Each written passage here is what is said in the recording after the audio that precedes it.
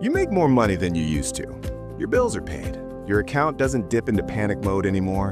And yet, somehow you still feel financially tense. Not broke, not desperate, just this low-grade pressure that never really goes away.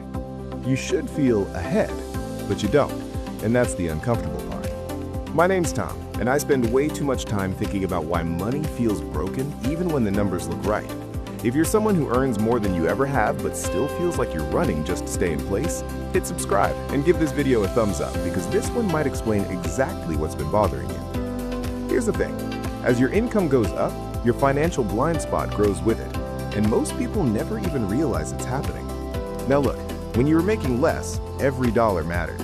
You noticed small leaks, a $40 subscription, a $9 fee, a bad purchase stuck with you. But once your income increases, your brain changes the rules.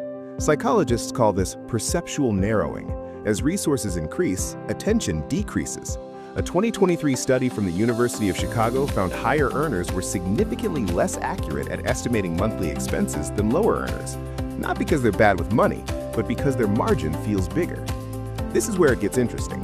Let's say you make $60,000 and you waste $300 a month. That's annoying, you feel it. But at $120,000, that same $300 barely registers.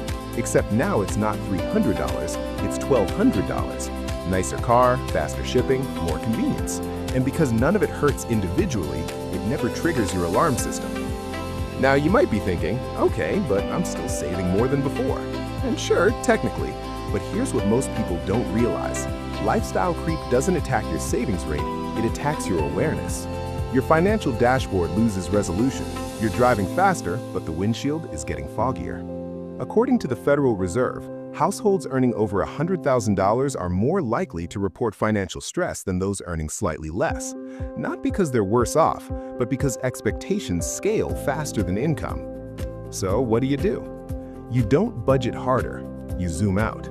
Pick one fixed metric that never scales with income, like a hard savings percentage or a no upgrade rule on recurring expenses. Force visibility back into your system. Because the goal isn't just to earn more, it's to feel the progress you're making. And once you see the blind spot, you can finally stop letting it grow.